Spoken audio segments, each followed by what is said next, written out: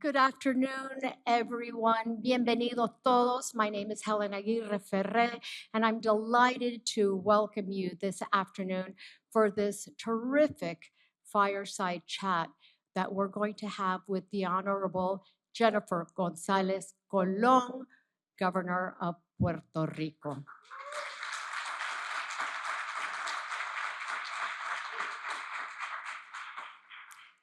On behalf of FIU's the Adam Smith Center for Economic Freedom, welcome to you all.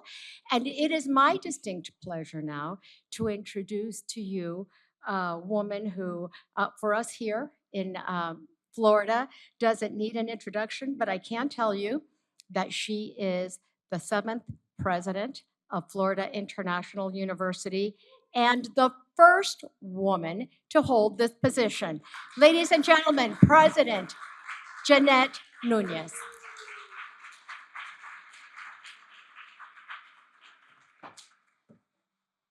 Good afternoon, bienvenidos. It's such an honor to be here. Thank you, Helen, for that kind introduction. And I will add, I'm not only the first woman, but I'm the first alumna to be FIU president. So also another point of pride for me.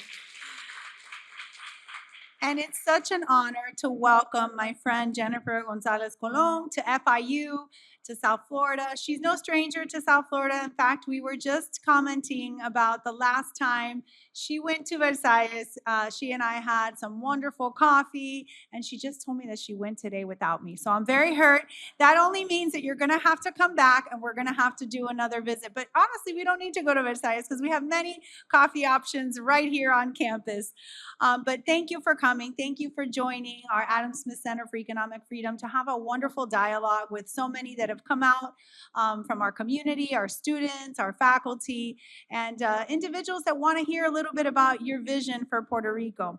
La Isla del Encanto, we know that we have a lot of connections, FIU with Puerto Rico. We have over 140 students that hail from Puerto Rico, but many, many more connections and many opportunities for us to collaborate. And I do want to take a moment to acknowledge our founding director for the Adam Smith Center for Economic Freedom, Carlos Diaz-Rosillo. Thank you, Carlos. When we talk about our students being exposed to leaders, world leaders like Governor González Colón and others, Carlos Diaz-Rosillo is such an instrumental part in bringing together that type of global leadership and exposing our students to the caliber of individuals like what you'll hear today. And I believe it's really timely because, as we all know, Puerto Rico is confronting a number of challenges. Of course, we all know an aging power grid, migration of its population, its workforce. What are the strategies, education? How does that all converge for us here as a university? But also, how are we going to continue to look to leaders like the governor to see what we can do, what we can collaborate, how we can partner to ensure that we create a global opportunity for FIU students. And so we believe that the combination that we offer here of academic excellence and rigor, community engagement, and economic partnership are the foundation for what we have to do here at FIU. And I would be remiss if I did not acknowledge one of our trustees is here with us, Trustee George Heisel. He dedicates a lot of time and effort on our board. And it's my understanding that our chairman is also en route, Chairman Carlos Duarte, and I know you'll have an opportunity, Governor, to talk to him a little bit later. But as we kick this off, I know you didn't come here to listen to me. You came here to listen to the governor. I just want to tell you how privileged I am to be your president, to be part of these dialogues that bring just such an important perspective.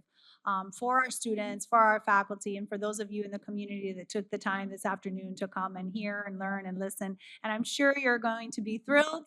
And without further ado, I will send it over to Helen.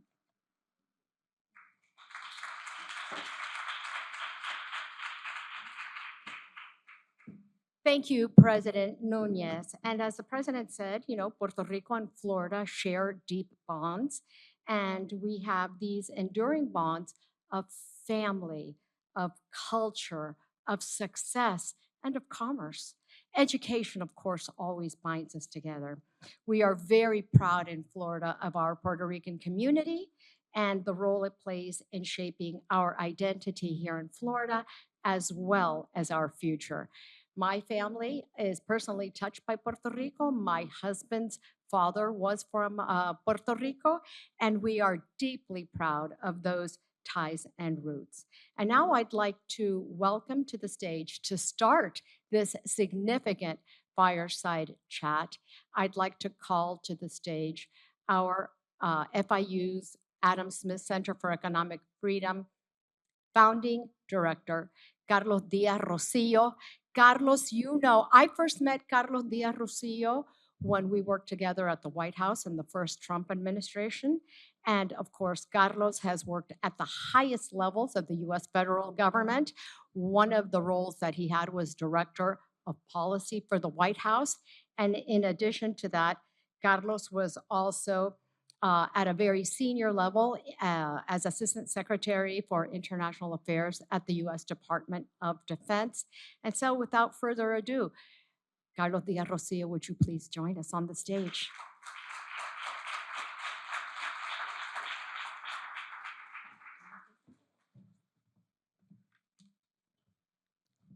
And maybe I've saved the best for last.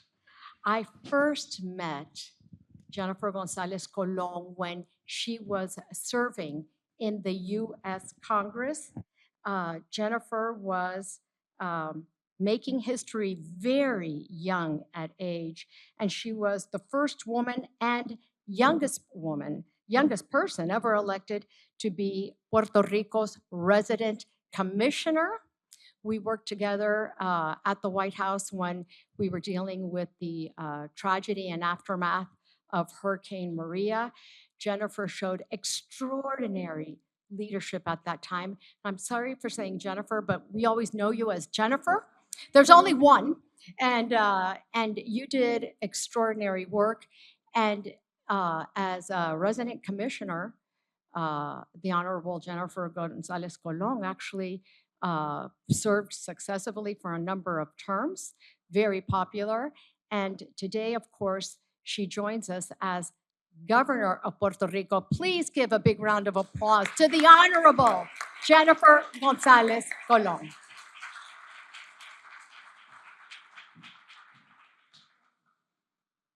Welcome, everyone. Thank you, Helen, for that kind introduction. And thank you, Madam President, for being here with us and for your leadership as the 7th president of FIU. We're delighted to have you here and we're honored. As the president mentioned, we have Trustee Heisel and the chairman of the Board of Trustees has arrived, Carlos Duarte. Thank you for your leadership as well. We're deeply grateful for the support that both of you have given to the Adam Smith Center. So thank you, Gio. Thank you, Carlos. It's a pleasure. Madam Governor, I'll start with a few questions about your time in Congress, and then we'll get to the governorship. As Helen mentioned, the governor was resident commissioner of Puerto Rico, so she represented the island in the United States Congress. And now you have a very different job. Can you tell us a little bit about the difference that you have experienced from being a legislator and being one of 439, is it? With the 435 members of Congress plus the 4 or 5 resident commissioners, and now being the governor.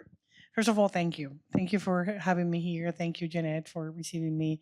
We worked together while she was working here in Florida. I want to say thank you to all people that are visiting us today.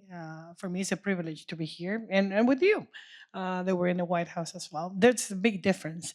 I was always a state representative for 14 years in the State House. I was Speaker of the House in Puerto Rico when I was 25 years old. And then I was elected to Congress. I was the youngest and the first female to do so. And I was in Congress for 8 years. And the main difference is, in the case of Puerto Rico, we're not a state yet. So that means that I was the only voice for the people of Puerto Rico, no senators, no voting representation in Congress. So I did represent 3.2 million American citizens in Congress when you have many other members of Congress that just represent 700,000 people. So I got more work to do. And the difference is that you need to fight within the federal government, federal agencies, present legislation. You don't have a counterpart in the Senate to get your legislation done. So in my case, my biggest ally was doing bipartisanship work with other members across the aisle. That was the reason I was part of the Florida caucus. That was the reason I was part of many caucuses dealing with the issues regarding Puerto Rico. And although we represent the island during the most difficult time, I went into Congress when we got a public debt.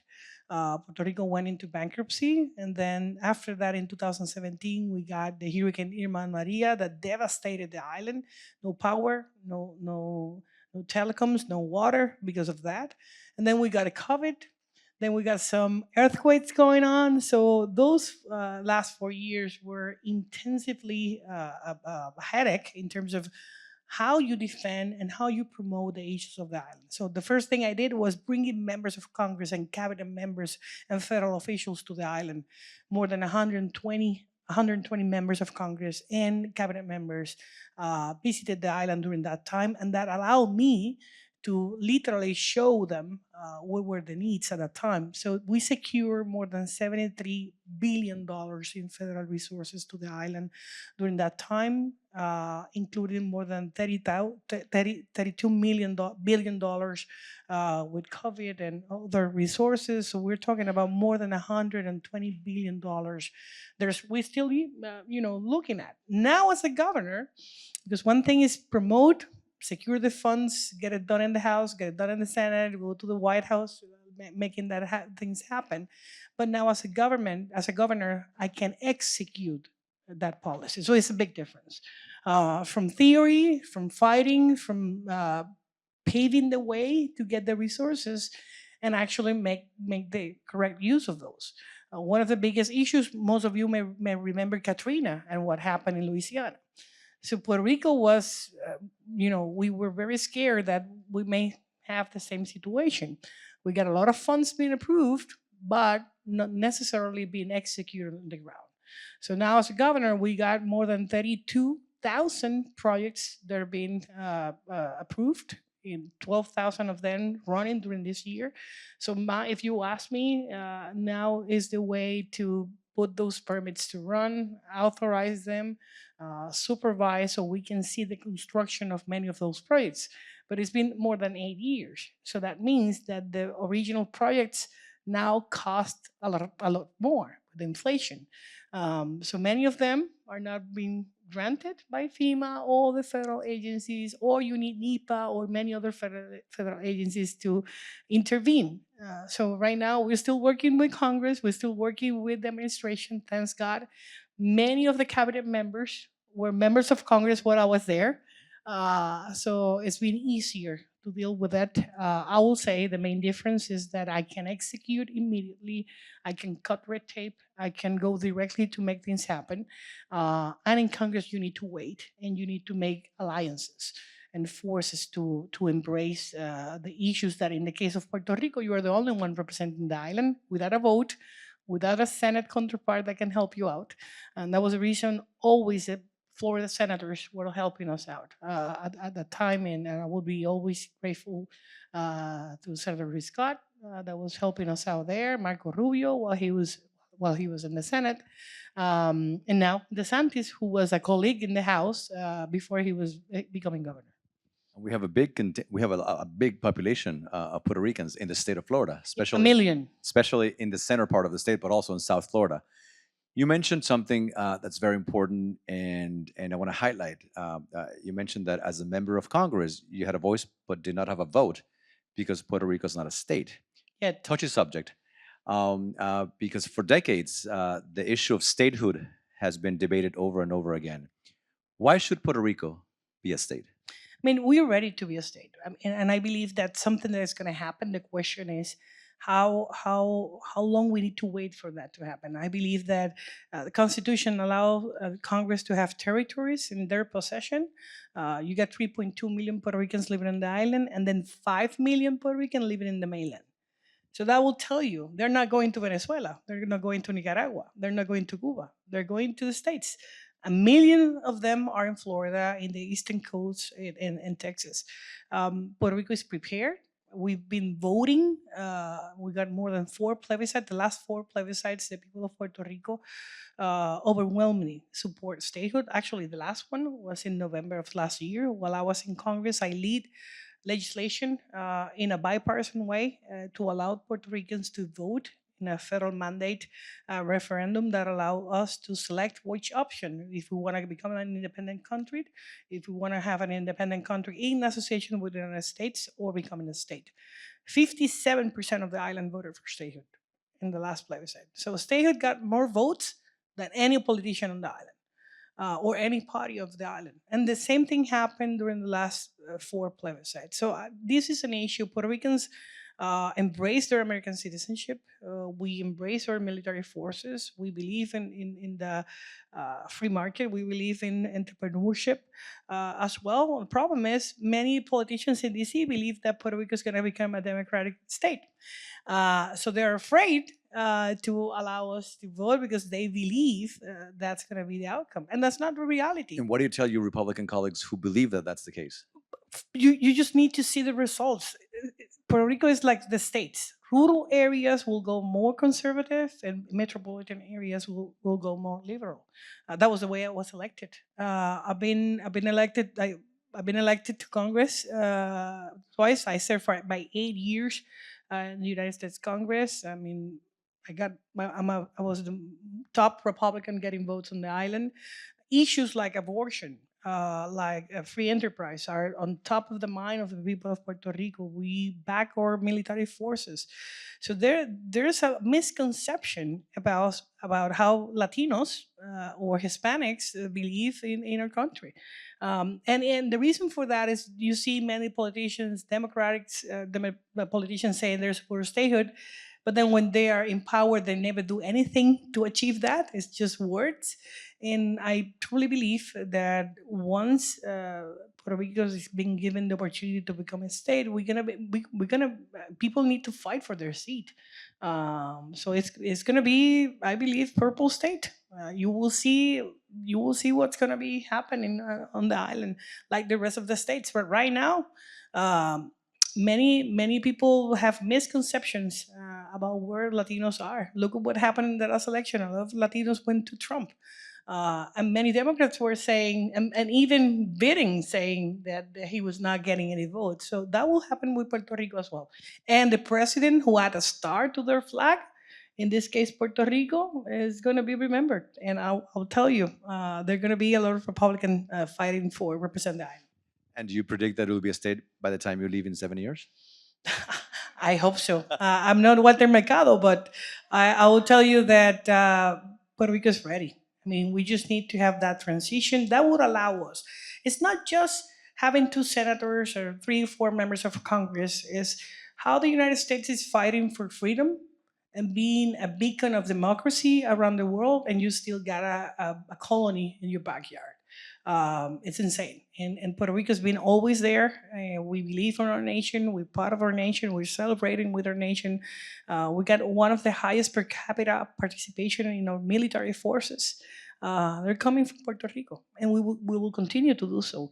But that will also, allowing Puerto Rico to become a state will solidify the 42% of our economy is just manufacturing. Many people believe this is tourism, and it's not. In Puerto Rico, we are the main and sole producer of Tylenol and many other drugs that are made on the island.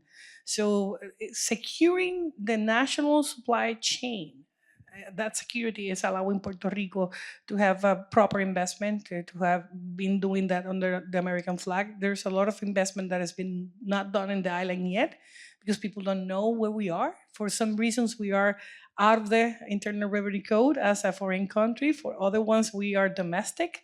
So fixing that would allow to have proper investment on the island. And Puerto Rico should become, like we are, the bridge between many other Latin American countries. We speak both languages.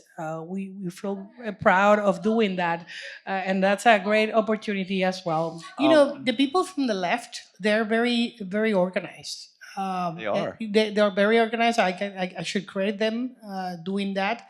But they're just one vote. And the people of the island voted and allow to have a relationship with the United States. Some of those people were supporting a candidate that is a friend of Maduro, that is a friend of Ortega in Nicaragua, is a friend of Díaz-Canel in Cuba.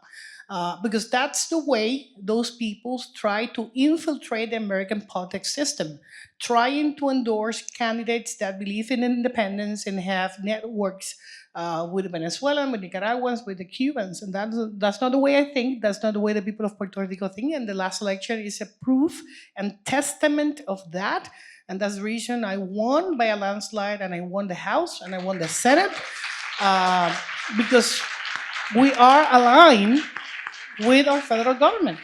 And I encourage everyone to speak themselves, speak their minds, but they just got one vote, like me, and that's the beautiful thing about American democracy. It is. And like you said, they voted and they voted overwhelmingly. And And by it's the way, nice for this is beautiful when I see people asking for independence for Puerto Rico, but they live in a state.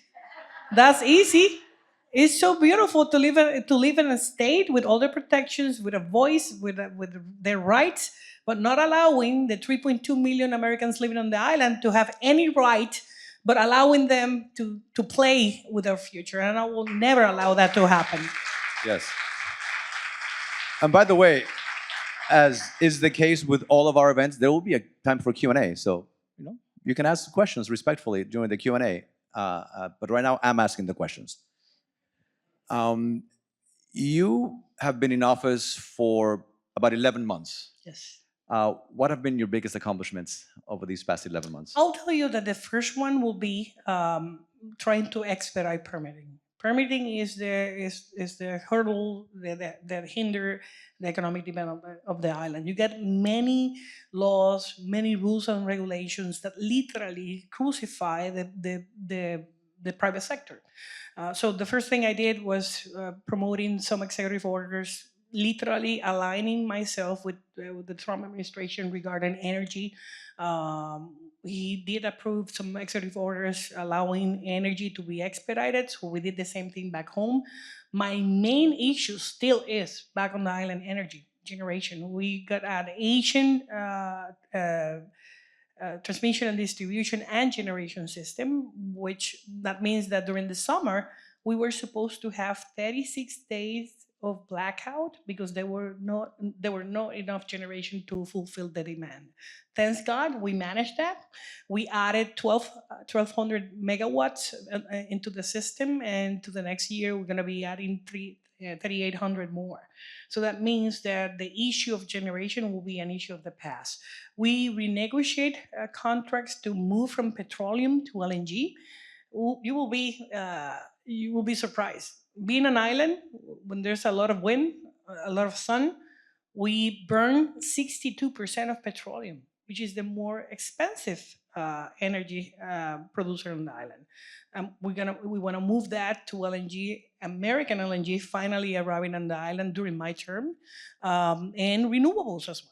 So we want to have an all of the above option in terms of energy, lowering the cost of our people. I will say that the cost of energy is literally crucifying our entrepreneurs and our homes and our families. So if we just renegotiate a contract that will allow us to lower that cost and transmit those savings to the people, that's the first one. The second one, I will say we cut more than 10,000 pages of regulations that were hindering as well the public sector and the private sector as well, and we will continue to do so. We just repealed 317 rules that were impacting the private sector, and we're still working with them in several committees to expedite processes between the government agencies. With that, that's the reason we can say that we have more construction being done in Puerto Rico during this year. 26% of increase in construction on the island just by moving permits.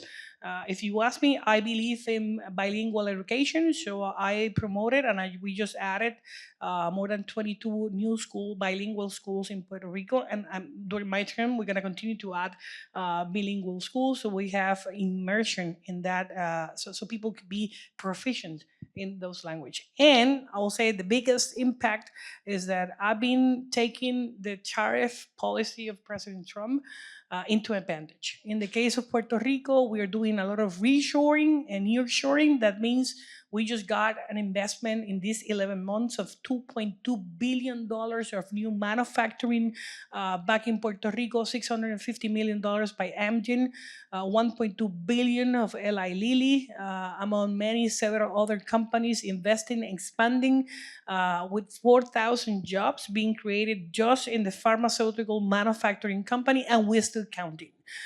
So our vision is to take advantage of those companies that were in Ireland, Singapore, Mexico, and many others, and bring them to U.S. soil, which is Puerto Rico.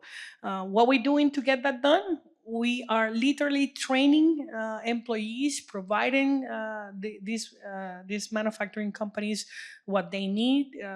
We are training from high school, we are training in the university, we're changing the way Puerto Rico was attending those people that want to invest on the island. Now we do have a concierge that will solely manage all permits and relationship with the government and the private sector. So that means if you want to make business on the island, you just go to one agency, and from there, everything is going to be unlocked. What that produce? High-paying jobs, great opportunity. We just move forward in terms of the way business are being made on the island, and this is just in 11 months. We're still changing some other laws. We want to reform our tax code system. I mean, if a person is earning $61,000 in Puerto Rico, you are subject to a 33% tax rate. So those tax rates are not being revised in the last 10 years. So in order to make business, we need to lower that. So we are in the next weeks, we're going to be presenting the new tax code, so that would allow us to reduce the burden to the working class, which is the area that most affect us. We already approved like 7 of the 14 tax laws we presented, taking medications out of taxes, among many others, to allow people to access those. So we do have, we just came from Spain in a commercial mission with more than 28 companies making business. Puerto Rico is the biggest exporter of pharmaceutical goods. We got 12 of the top 20 pharmaceutical companies in the world. They're making drugs and processes in Puerto Rico. We are now in medical devices. We are also in defense and aerospace. So that means that we're going to continue to invest in that area. Tourism is good. It's 7%. We're promoting that. We're going to have the Miss Universe, the World Classic of baseball, among many others. But we are putting all our resources in manufacturing and bringing companies to establish an island. I'm glad you mentioned the issue of regulations and cutting red tape. At the center, we have the Index of Bureaucracy. It's an annual publication that looks at the bureaucratic burdens that governments in over 20 countries in Latin America and Europe place on small and medium-sized enterprises. And so we hear from business leaders all the time that oftentimes they prefer to hear no rather than wait years and years for a yes and for all the bureaucratic burdens. So that's incredibly important. You mentioned President Trump's tariffs. So I'll ask you, what do you think of the tariff policy of President Trump, and how can you take advantage of the tariff policies? In the case, of course, there's a mixed review of those tariffs, but I will say what are they doing directly for Puerto Rico. Many of the companies, and we got a Japanese company investing in the island, Terumo. They just opened a new factory on the island. They expanded services. All of those companies that I just mentioned, we opened the first pharmaceutical drug in the last 15 years in Fajardo with Millicent. Why?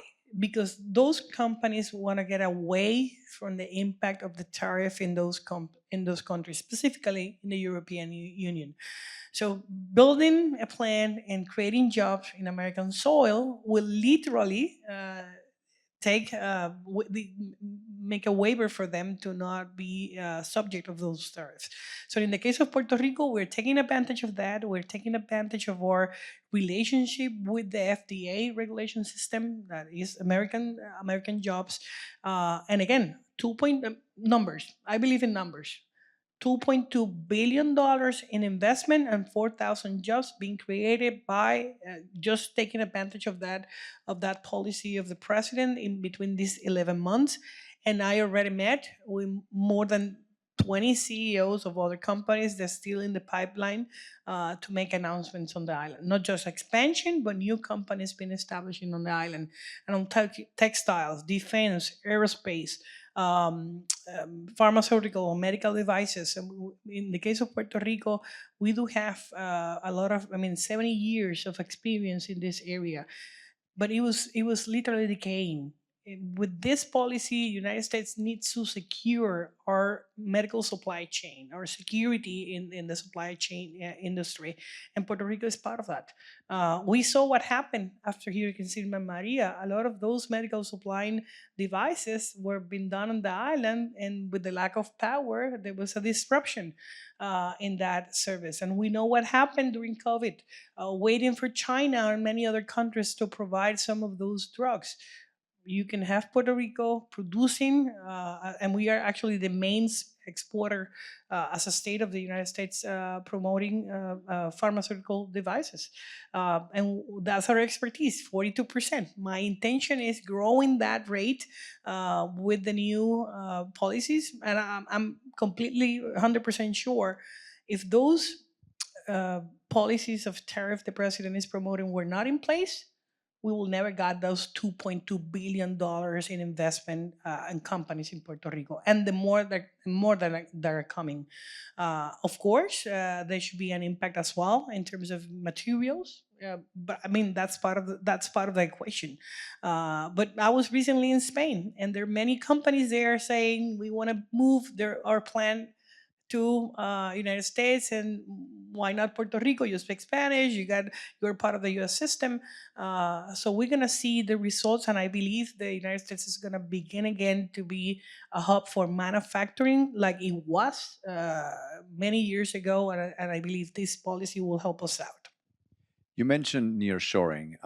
As you know better than I do, Republicans and Democrats nowadays don't agree on anything except the threat posed by the Chinese government to our national security. So there's a big push to bring companies that for decades went to China and bring them ideally to the US, if not to the US, at least to the neighborhood.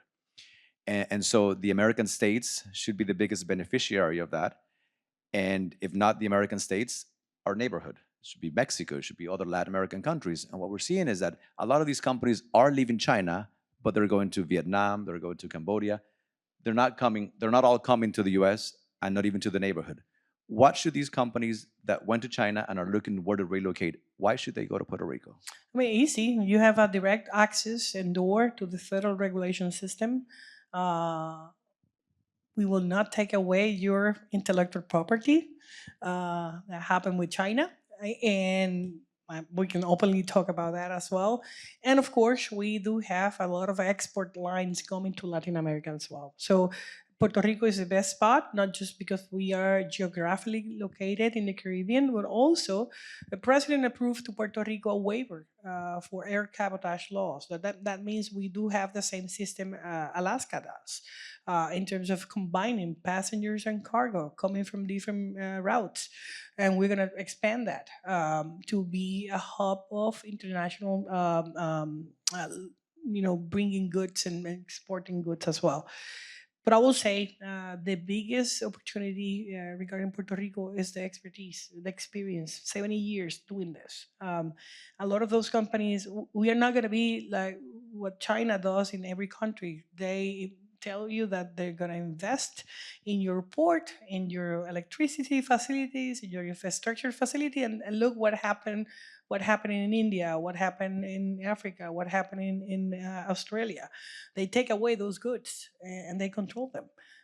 So it's not a free candy what they are offering, and that's the reason investing in Puerto Rico means investing in the United States and having secure investment, and as well the opportunity to export to Latin America. And we do have the expertise, we do have the people ready to work, and we are open for business. Let me ask you about that expertise and that ability to have a workforce that meets the challenges of the jobs of the future.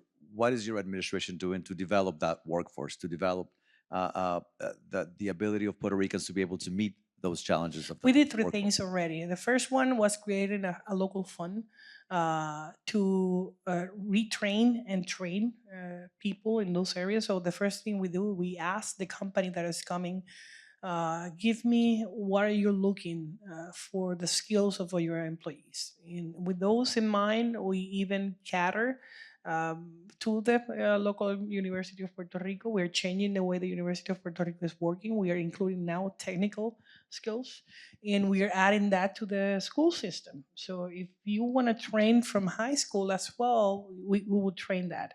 We promote the funds, so we do have incentives, tax incentives to promote that, and then for the machinery as well.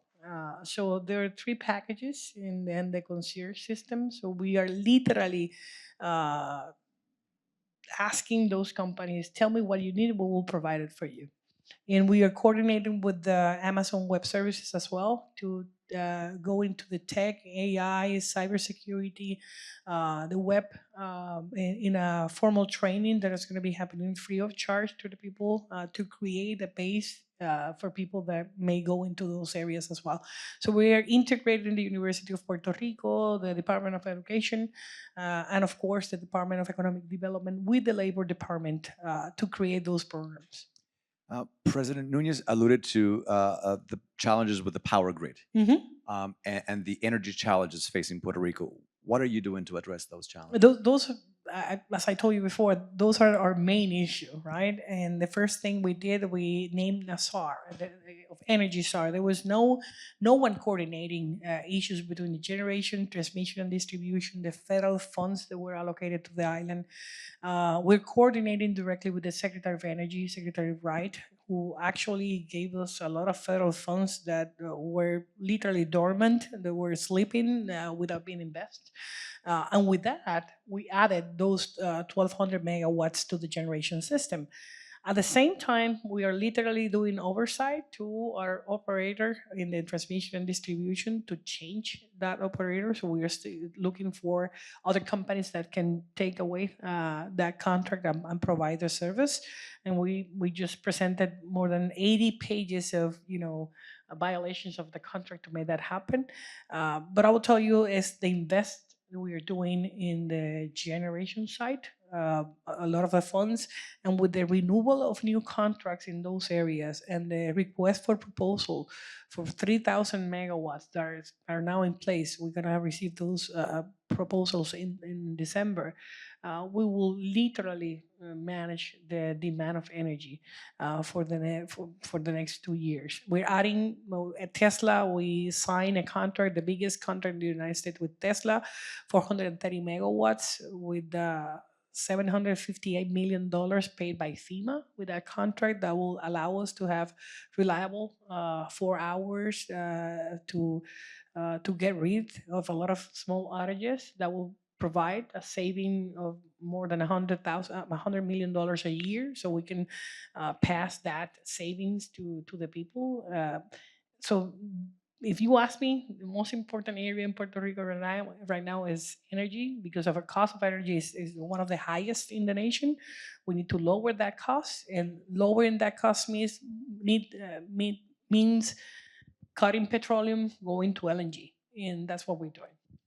Another one of the areas that's critical to Puerto Rico is, of course, tourism. It's a topic that we care deeply about. At the center, we have an annual summit of ministers of tourism from the region. What are you doing to make sure that tourism becomes an engine of economic growth? The for first Puerto thing Rico? we did was going to Fitur last year in February in Spain, which is the World Tourism Fair, and that allowed. You had a beautiful display. The pavilion was beautiful. You need to see the next year one. It's going to be bigger. Like the president said, bigger and beautiful.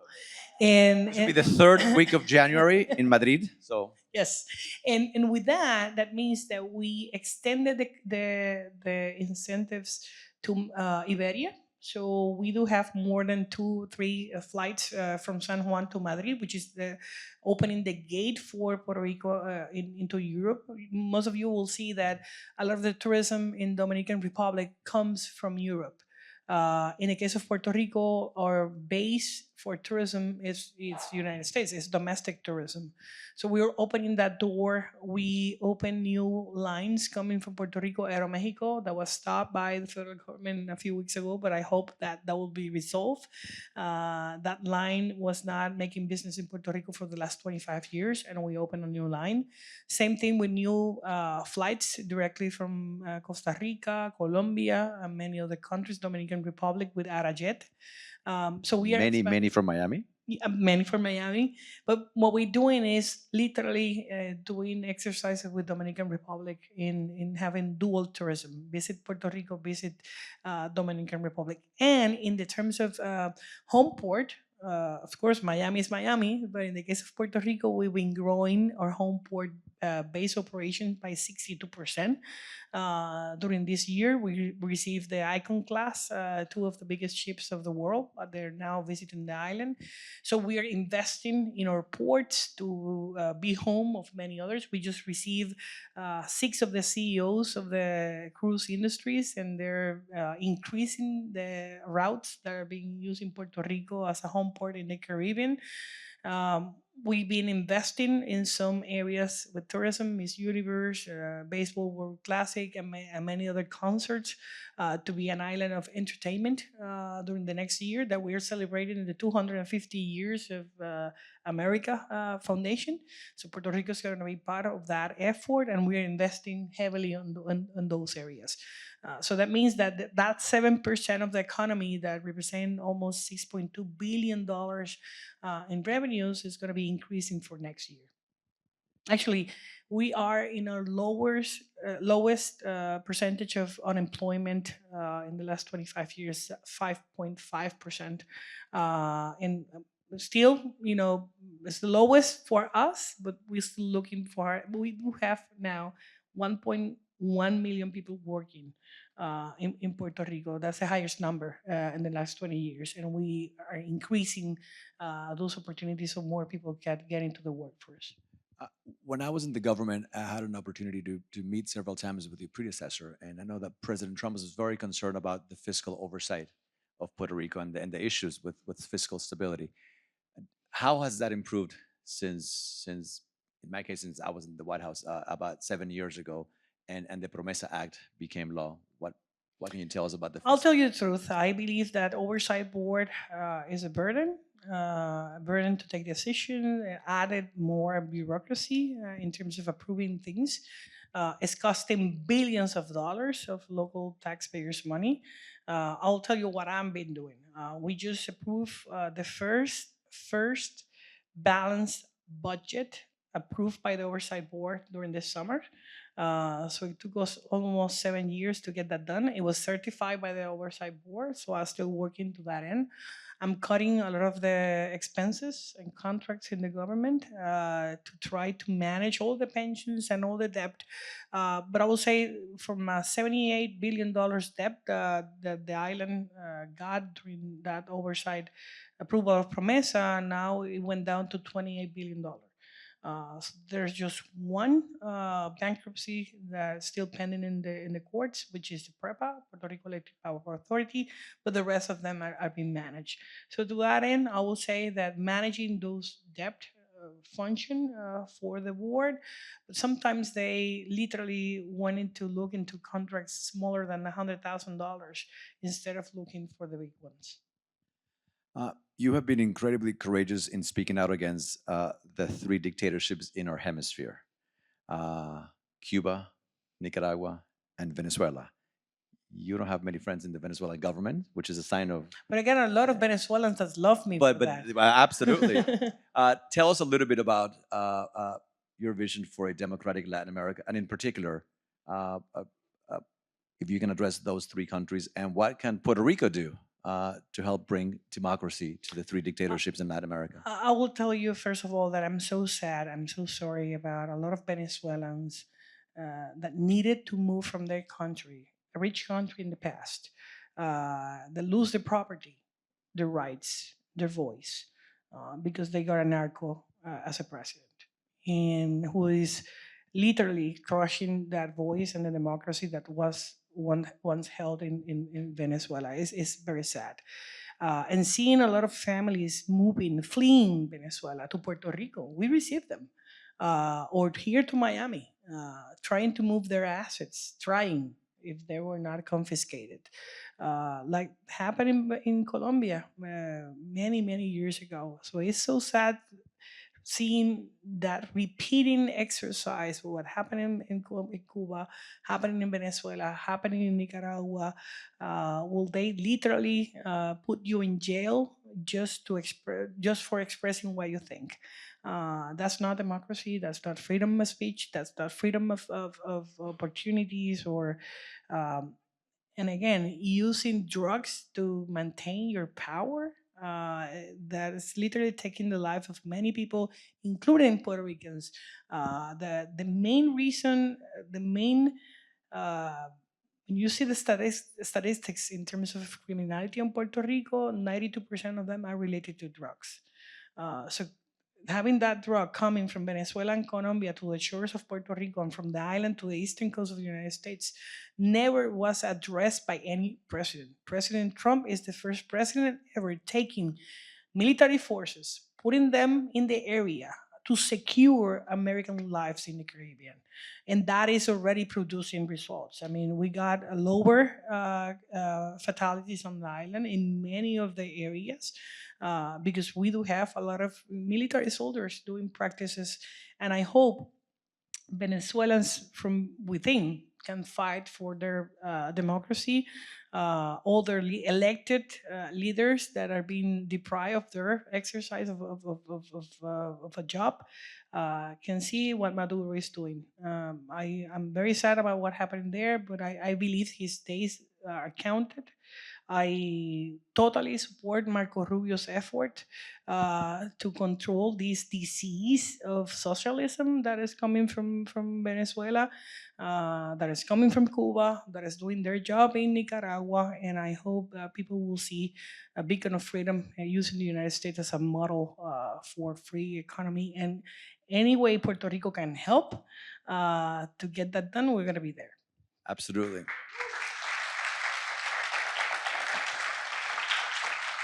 And I believe that given Puerto Rico's geographic location, it can serve as a really important asset to American national security, to advance American national interests. We have them there. We're proud to receive them.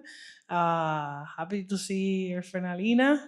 And yes, we do have a lot of the ships and planes and our soldiers that are doing their exercises in Puerto Rico. We receive them with open hearts because we know that's the sign of freedom. Absolutely. Before I turn it over, one concluding question, a question that I ask all our guests that come to the center.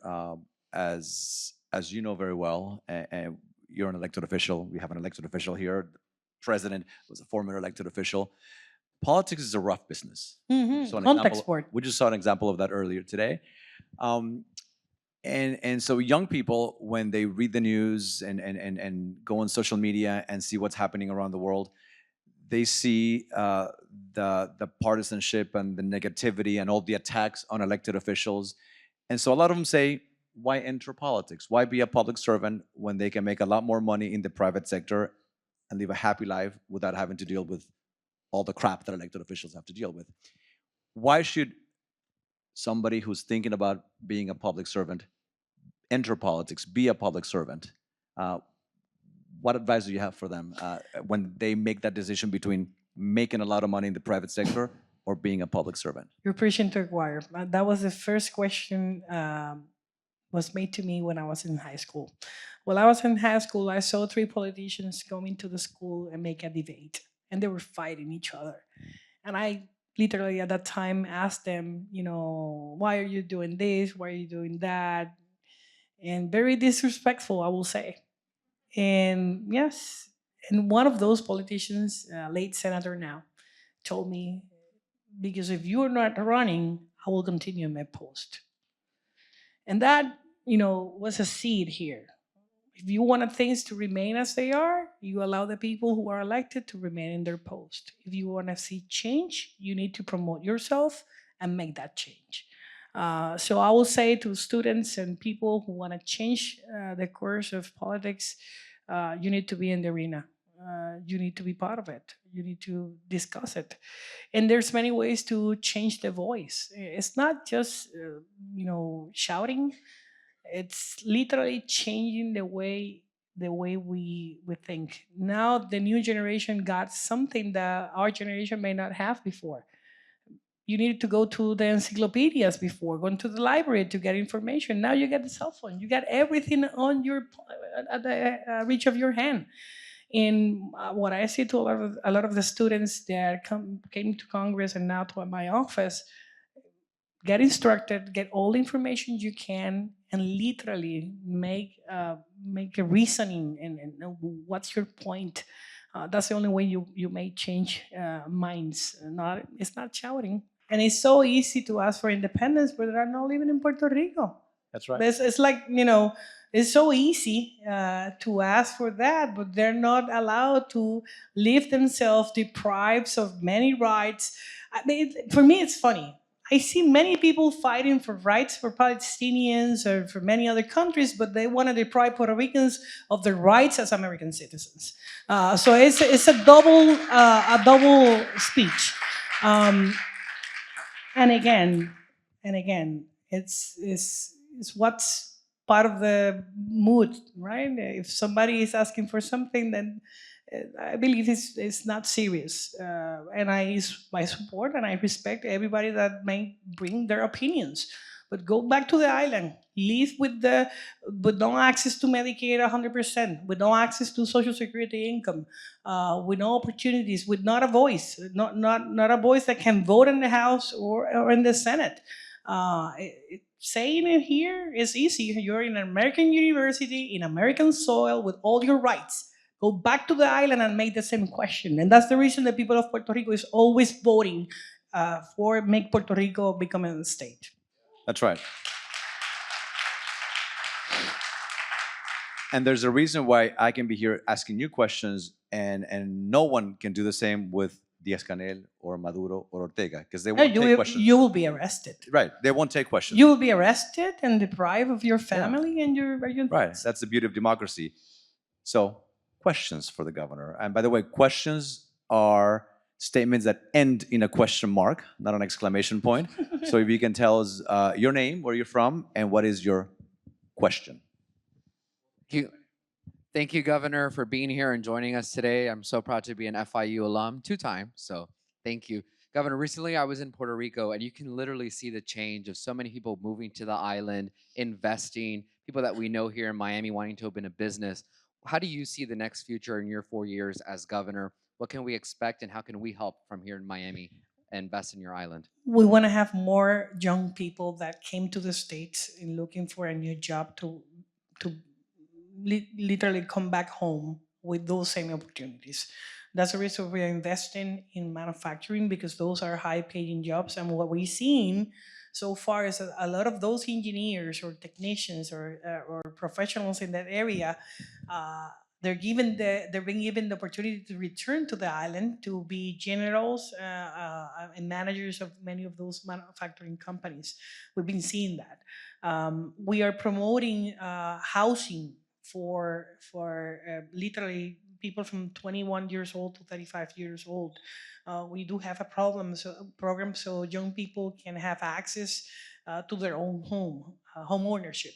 And it's been a success, providing them opportunities to have that option. But we've been seeing people returning to the island. We just need to promote more jobs so they can literally be on the island. Right now, there was no opportunity. You were looking for healthcare in the States, or education in the States, or better jobs in the States. And we want to have those better jobs being created on the island. So we need to continue. It's not been done yet. So we're still on the track to making those changes. And a lot of entrepreneurs, a lot of young people coming with new ideas that are being financed by Small Business Administration or even the local government to promote their products or the products of their services as well. Thank you. Next question. Hello, I'm Pete Brown. It's nice to see you again, Governor. How Thank doing? you for all you did while you were the representative of the White House in Puerto Rico. He was the one who helped us out. Admiral Brown was the liaison between President Trump and Puerto Rico in the time of need. So all ask the people of Puerto Rico were having to the federal agencies, he was the one who literally helped us out in the federal agencies to make it happen. Thank you. Well, thank you so much. And it's so encouraging to hear all the things that you're doing to increase manufacturing, to increase transportation opportunities to other markets that have been previously, unutilized, and increasing Puerto Rico's strategic importance to the United States as an asset of national security. So my question actually touches on manufacturing, national security, and electrical power. And the question actually concerns batteries. And I know that there's a dirty history, literally, of battery recycling and remanufacture in Puerto Rico. But with 21st century technology, with the added demands for electricity, including buffering batteries for off-cycle times for wind and solar, and also to reduce our national security dependence on China in particular, China fired, Puerto Rico hired, would you consider, with 21st century technology, permitting battery recycling and remanufacture in Puerto Rico, both for domestic consumption and for our neighbors who are equally under the thumb of China?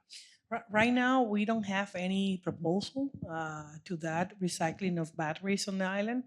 But I will tell you that finally, this is the first time we do have a factory of solar panels that are being established in the island. SolX is one of the investment we brought to Puerto Rico, and they're opening business, I believe, during this month. Um, you know, I don't believe in bringing things from China, as you know. So having those solar panel factory will help us a lot. We did have a contract with Tesla for those 430 megawatts. They already made groundbreaking on the island. We will continue to sponsor that. So we believe in diversify the sources of energy on the island. Personally, hydro, LNG, batteries, solar, windmills as well. So everything that can literally replace petroleum, which is the most expensive one. But we are looking. I mean, you were the one who helped me out with the Trump administration in Fire China, Hire Puerto Rico, and I remember the bill we worked in Congress promoting that, and that's what I've been doing now as a governor with local incentives. I'm literally promoting many commercial missions to many other countries and companies directly. I did held many nights with CEOs and tax lawyers from all those manufacturing companies, explaining them why Puerto Rico and why to do it now, and how we can be very aggressive in allowing their permits and their procedures to be established on the island. The first question we do get every time is FDA approvals, and we are managing that directly with the administration because of defense and security of the supply chain. Thank you. Thank you, Governor. Next question. Let's have our intern choose the questions. Or the people asking the questions. Hi, I'm Candido Villella. I was born in Puerto Rico, Mexican father, Dominican mother, Cuban grandmother. So I'm one of 6 million Puerto Ricans in the U.S. A lot of people don't realize it's almost 6 million Puerto Ricans More in than the the U.S. island. And I think, 2-3 million in Puerto Rico? 3.2. So obviously, yeah, the reinvestment and the money coming back is important, but the jobs have to be there. And my question was related to what incentives are now for manufacturing facilities in the beverage sector? A lot of the tendency, we do everything, we're in that business. So we do co-packing, and we create facilities which are funded, to co-pack and produce for a lot of producers. But a lot of the neighboring islands have free zones for that. So be interested to hear about that and the energy problem as a detriment, or how it's being solved to be able to have more of these kind of factories go over there, because stability-wise, it's a great place, but it's a function of having the benefits to set them up there. Two areas. The first one, we do have free zones as well. and we are investing in them again to make it more affordable for many of the companies. Second, we do have a PRITCO, which is an agency of government that got a long list of properties that are available to make that industrial properties that are available from the government to be lent a special price to companies that wanted to establish industrial complexes on the island. Third, we do have tax incentives for cogeneration. So if any company or manufacturing company wanted to establish themselves on the island, they may receive some tax incentive to have their own cogeneration on the island. And we are investing directly, literally, in generation to stabilize the system. We do have more than $18 billion from federal funding pending to be literally granted on the transmission and distribution and generation area. So the money is there. It's not because of energy, NEPA, and many other federal agencies, the permitting to get it done. Locally, what I did, I waived all local permits if you got a federal permit. That's my way to expedite things. If you get a federal permit, you don't need to file any local one. And that's the difference in terms of moving the federal funds that are in the island. But again, stabilizing the energy grid on the island is my first priority. So that's the reason adding generation. We just added 1,200 megawatts. We're going to be adding 3,800 megawatts to the next year. So that means the issue of generation is going to be gone at the end of next year. And we just need to focus on the transmission and distribution. That will allow private sector to establish the companies and lowering the prices, because I know prices are high at this time. But let me know. We'll be more than glad to tell you what tax incentive you may qualify to relocate your company to the island. All right. Another question. I see one in the back here. Well, there's a lot. We have time for one more question. Go for it. Hello, how are you? My name is Stephen Isaac. I'm 100% Puerto Rican. My whole family is from the island. So I'm first generation here in the States. New Yorican, grew up in New York City, so not too uncommon of a story. But so if I told any of my family or ancestors I was speaking to you, this would be like a great honor. So I just wanted to say thank you, Thank you. to have this opportunity to speak to you right now. My one question to you would be, I know you referenced earlier that the Democrats are very good planners. They especially bringing it back to New York City with Zoran Mandami and the DSA, they're very well planned. And right after he won his election, and after his election party, he immediately went to a Puerto Rican bar in Brooklyn, where Bad Bunny typically hangs around. And then the following day, instead of being in New York City, he went straight to Puerto Rico and attended the Somos conference. And speaking on them being good planners.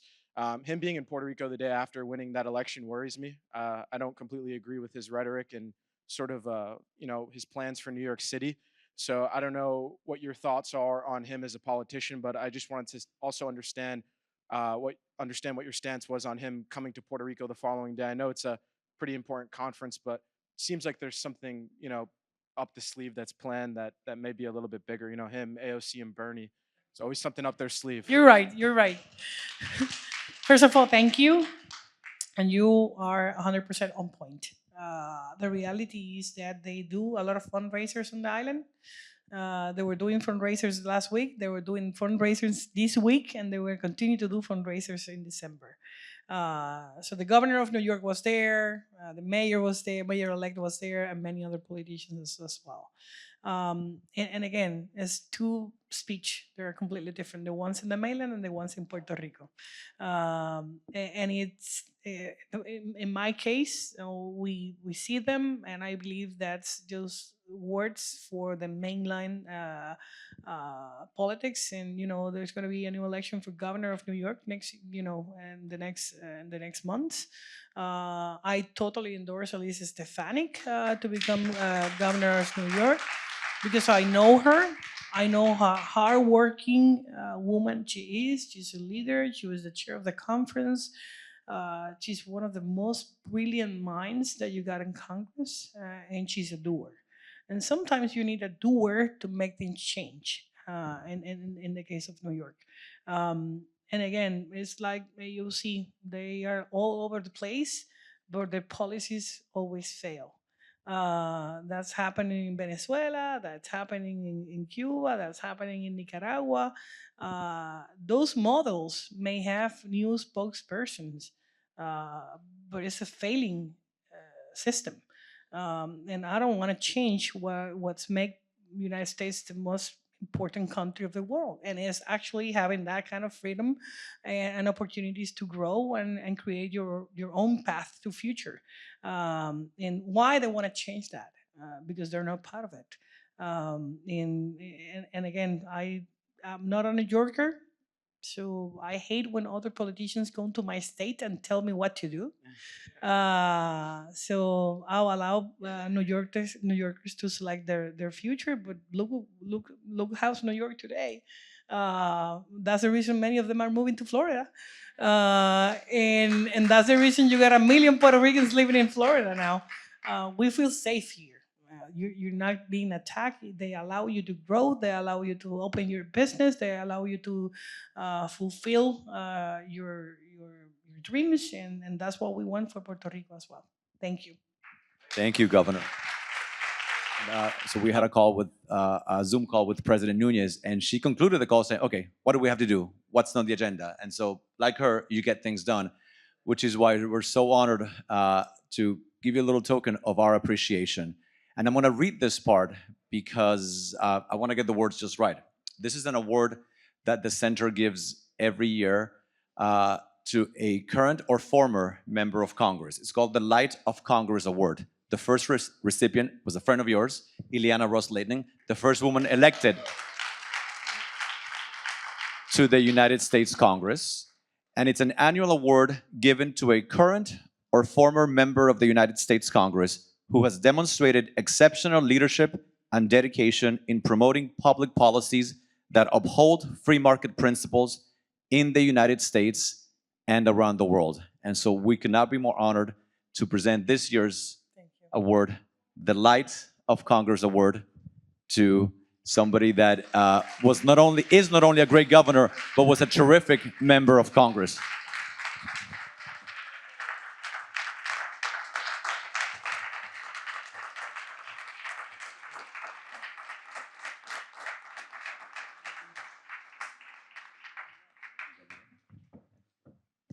Say thank you.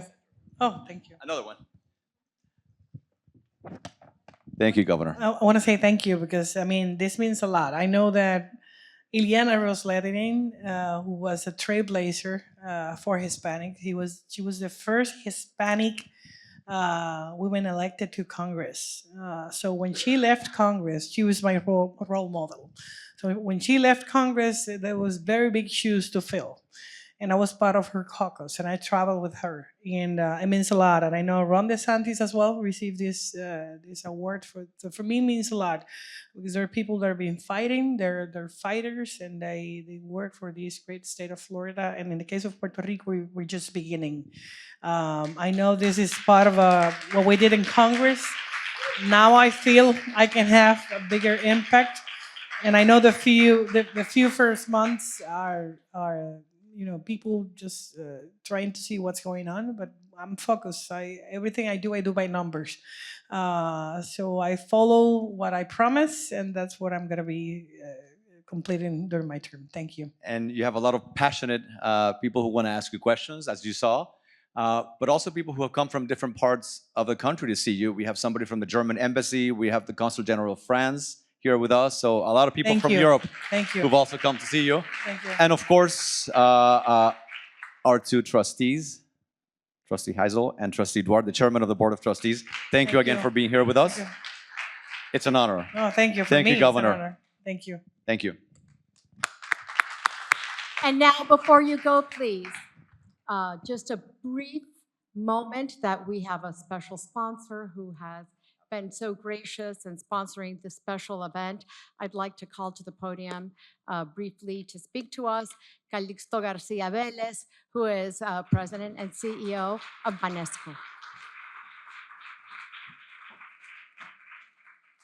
Thank you, Helen, and I will be very brief. For those of you that don't know, Banesco is a Florida-based, Miami-based, headquartered bank here, and we have extensive operations in Puerto Rico as well. And I'm going to play off of what you just shared, Governor. If I am a witness to seeing this governor is a doer. We, as the bank, have been trying to do business with the government of Puerto Rico for quite some time. We had been approved to do business with the government of Puerto Rico for over 3 years, but hadn't been able to get the opportunity. We asked for a meeting with the governor soon after she got elected. She told us that she was going to get right on it. We told her we weren't asking for any special favors. We wanted to win their business. Within a week, her office staff called us. Within a month, we had won our first bid to do business with the government of Puerto Rico. And because of her efforts, and it took less than a month to get it done, we've lent over $350 million to small businesses in Puerto Rico. So thank you to the governor. And that's in 11 months. We are so excited to see what she does over the next 3 years. Thank you, Governor, and welcome to Miami. 7 years. Thank you. And so thank you very much. Thank you to Banesco Bank for being a great sponsor. We have a reception following. Jenniffer González Colón, you've stolen our hearts. Thank you for being here with us. All the best. Thanks.